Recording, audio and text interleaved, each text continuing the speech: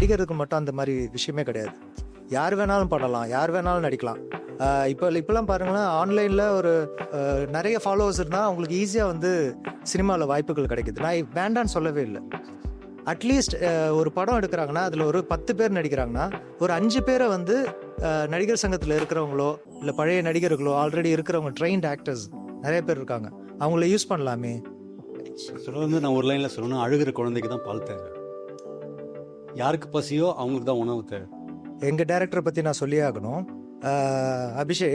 அபிஷேக் முடிஞ்சால் அவர் வந்து இப்போ இருக்கிற வந்து யாராவது இன்ஸ்டாகிராமில் பாப்புலராக இருக்கிறவங்க யாரையாவது வச்சு நடிக்க வச்சுருக்கலாம். அபிநய் இன்டர்வியூ பார்த்தாரு, அவர் ஏதோ ஒரு ஸ்ட்ரகிளில் இருக்கார் அப்படின்னு அவர் காஸ் பண்ணார்.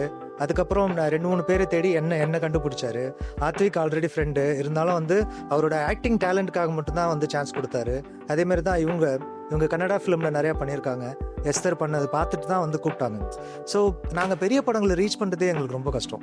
ஸோ இத்தனைக்கும் அவர் இந்த கோடம்பாக்கம் டிரெக்டர் கிடையாது, ஓகேங்களா. இஸ் ஃப்ரம் பெங்களூர், ஐடி ஃபீல்டில் இருக்கிறவர். அவரோட ஓன் இன்ட்ரெஸ்ட் தான் இந்த படம்.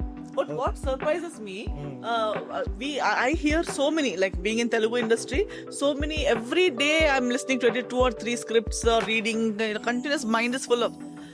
But a full-time 5 years assisted to some big director, 15-16 years being in the industry, this kind of profiles people also have not gotten such a well thought project. And the one line is good.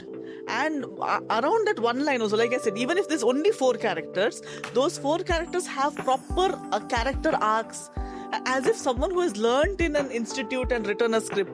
எல்லாருக்கும் தீபாவளி வாழ்த்துக்கள். Game of loan coming 17th இந்த தீபாவளிக்கு release ஆகுது. எல்லாரும் பார்த்து enjoy பண்ணுங்க. Have fun. Wishing you all a very happy Diwali.